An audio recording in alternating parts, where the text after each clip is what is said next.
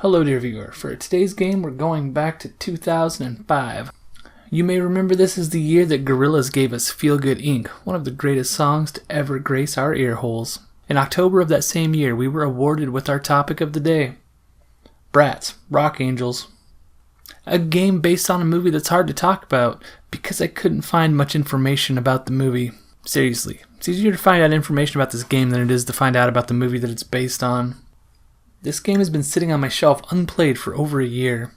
I usually make it a point to play all of my games, and having this YouTube channel has helped me do that, but this one I picked up before I started making these videos.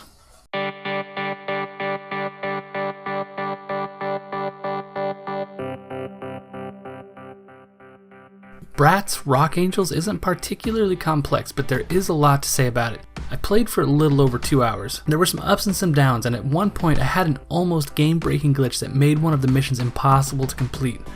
But we'll come back to that.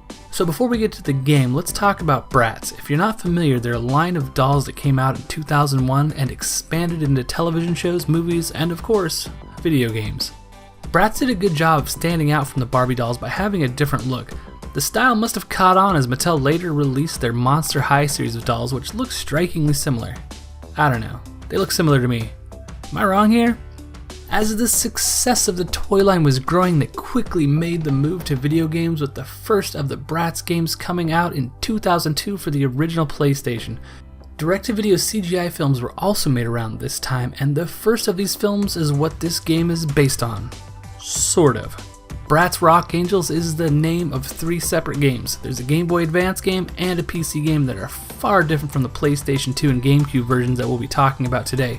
In the PlayStation 2 iteration, our Bratz create and manage a new fashion magazine.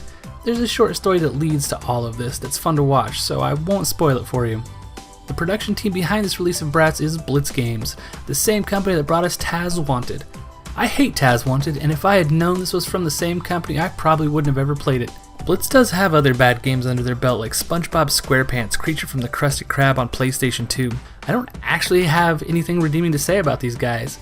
It looks like they stuck to releasing crappy game ports of TV shows until they, quote, ceased trading in 2013.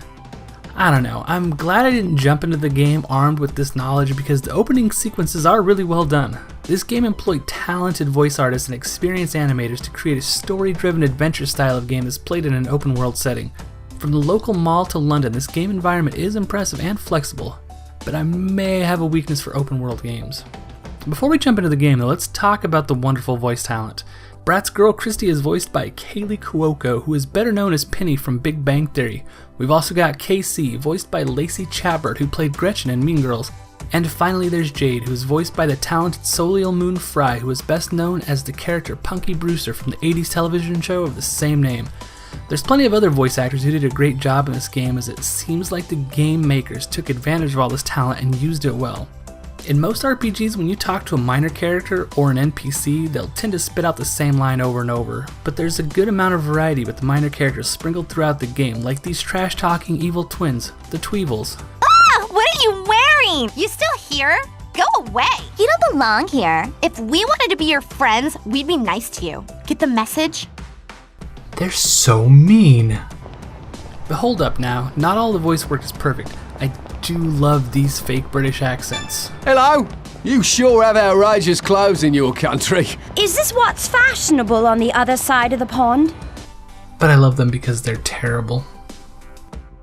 Okay, now we can get in and play. Upon creating a new game, you'll start off with what's a pretty great tutorial. It's not too complicated, it offers helpful advice, and it fits the Bratz feel with little bits of commentary like this. I suppose I should press the triangle button to get that.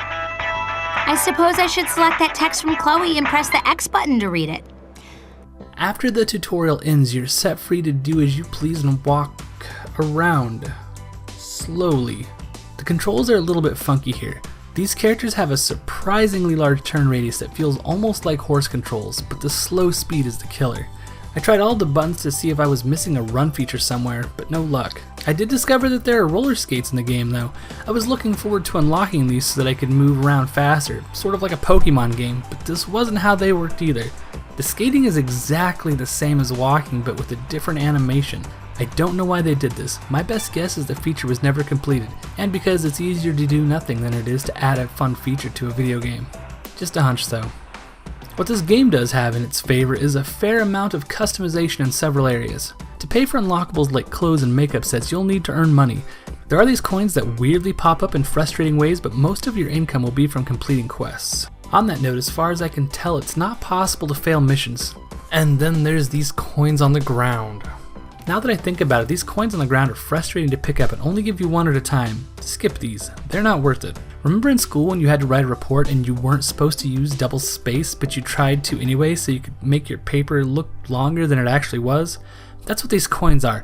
They're not worth picking up, they only pad the gameplay time by tricking you into walking out of your way for nothing.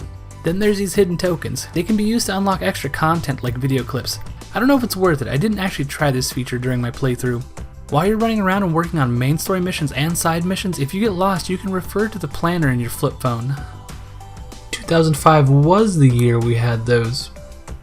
This feature is hit and miss, but it's better than nothing. While running around the game world, you have loads of customization options. Buy some tops, get some nice accessories. Ooh, that's a nice dress. Some shoes and some new makeup colors. Makeup colors? Oh, I'm going to have fun with this. My wife says I made Furiosa from Mad Max. I assure you, this was not intentional. There's also an ability to make custom posters and shirts, but this feature feels sort of limited. There's not a lot to work with here, but then again, this is the PS2 era. Maybe I've played too many games like Skyrim with crazy amounts of customization. The majority of this game is played via fetch quests. Go find a thing, bring it back to the office, switch brats, repeat. It does mix it up some, like with this infiltration quest where you have to dress up like a Tweevil and sneak into the enemy's office to steal back your tickets to London. There's also this Get Back CDs quest that tries to have you run around back and forth. You can try talking to the twins. I think Phoebe's in the mall. But it also tricks you. If you talk to every character once, you still won't have all 3 CDs because one character will lie the first time you speak to them. It's annoying, but clever. The game does break away from the running around stuff and tosses you into the occasional minigame. There's this posing minigame that plays like a QuickTime event where you have to enter button combinations in a short amount of time. It's poorly explained, but it is fun enough once you figure out how to make it work. Wait, did that just say kiss off?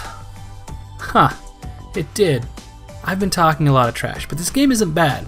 As a game designed for younger players, it does a good job of not being too difficult. I wish this game moved faster, but this game was not designed with me in mind. I did run into one major glitch though. The first mission in London is to create a poster in your hotel room and then go out and post it in 5 different places. Pretty standard fare, but as I was leaving the hotel room, I was in range of the closet and this message popped up right before switching zones. And it stayed there. I couldn't click on or activate anything while this was there, so I just waited for the time to run out in hopes that restarting the quest would fix this problem. This is how I discovered you don't fail these challenges. They'll be completed, but you don't earn any money. The glitch is a mistake that shouldn't have made it into the game, but I don't know how I feel about passing incomplete quests. I don't want to go all old man and start ranting about participation ribbons, but I don't want to be rewarded for failure either. And that's my biggest issue with this game. You constantly have to say it's a kid's game, and I don't think that's a good excuse.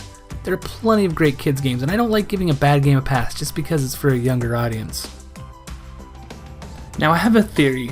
The first tabletop game that I ever really got into was Settlers of Catan. As someone who's played a lot of tabletop games, I can tell you, this is not a good game. But it did bring a lot of people into the gaming scene. Does that make it good? I'm willing to bet that Bratz Rock Angelz brought a lot of girls into the video gaming scene that may not have made it there otherwise. So while I don't think this is a good game, I do think it may have done some good for the gaming community. I don't know. I give it a 3. It's broken, slow, and loaded with fetch quests. The video, voice, and music are all great, but this has nothing to do with the gameplay that I was forced to play through. And I hold you, dear viewer, personally responsible for this debacle. So click like and subscribe, you jerk. Yeah, I trash talk my viewers. You love it. You totally do. Click things. That thing. Like, not anything. Specifically, the wonderful video that I posted right here. And by the video that I posted, I mean, you know, I'll tell YouTube to recommend a video to you, so whatever YouTube thinks you want to watch, that's mine, is going to be what's right here. So click it, Touch it with your finger. Tappity tap. Damn. Done making videos for the day.